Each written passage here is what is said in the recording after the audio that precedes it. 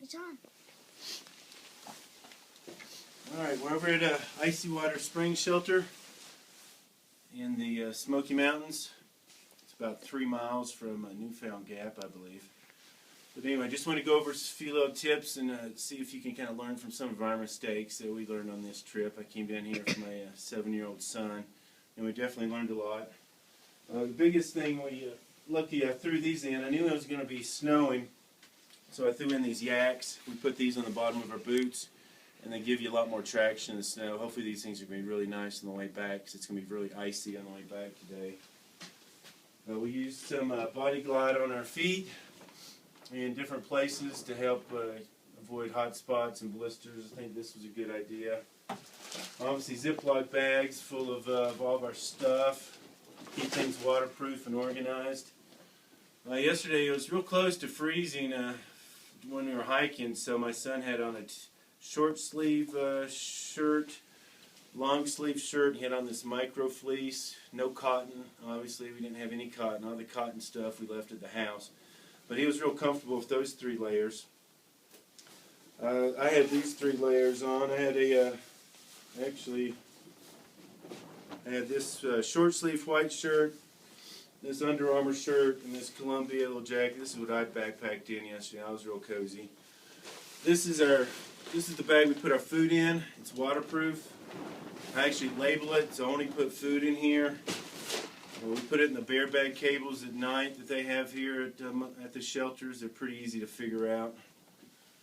This is the air mattress that I use. It's an X-Bed Sin Mat. I got the long one, but it's kind of heavy and bulky, but I have problems with my back, so this I feel like helps me a lot. And it's pretty easy to pump up. It probably takes a couple minutes to pump it up, which isn't too bad. It has a built-in pump. This is the stove that we use, and MSR. I tried cooking breakfast this morning outside in the wind, and it was cold. And I couldn't light the stove. I don't know if it was the wind, my fingers were too cold, or what, but I had to bring it closer to the shelter to get it going. But I almost used 3/4 of this bottle to boil water, which kind of surprised me that the MSR used that much fuel. So hopefully there's some websites that will tell you how much fuel these MSRs use, but I used a lot of fuel to boil our water this morning because I didn't want to pull out the platypus water filter. Our biggest lesson we learned this trip is our water bladders. When it's warmer, we always bring these because it's so much easier to drink water from when you're backpacking, but when it gets below freezing, these hoses freeze up, the bag will freeze up, and they're a real hassle. My son has I forget the name of the bladder that he has. It's kind of all blue, but his is pretty much frozen. The cap, I can't open up the cap on it. The tube is kind of frozen. We did put, when I was boiling the water, we did put the hose in the boiling water, and that did get the ice out of the hose. But this MSR has been a little better than the other one. But in the future, we're probably going to leave these bladders at home and just have the water bottles. Let's see, we brought some extra bungee cords, of course. We keep our sleeping bags in these dry sacks to make sure sleeping bags don't get wet. It got down to probably 20, 25 degrees last night. Both of our sleeping bags went down to 15.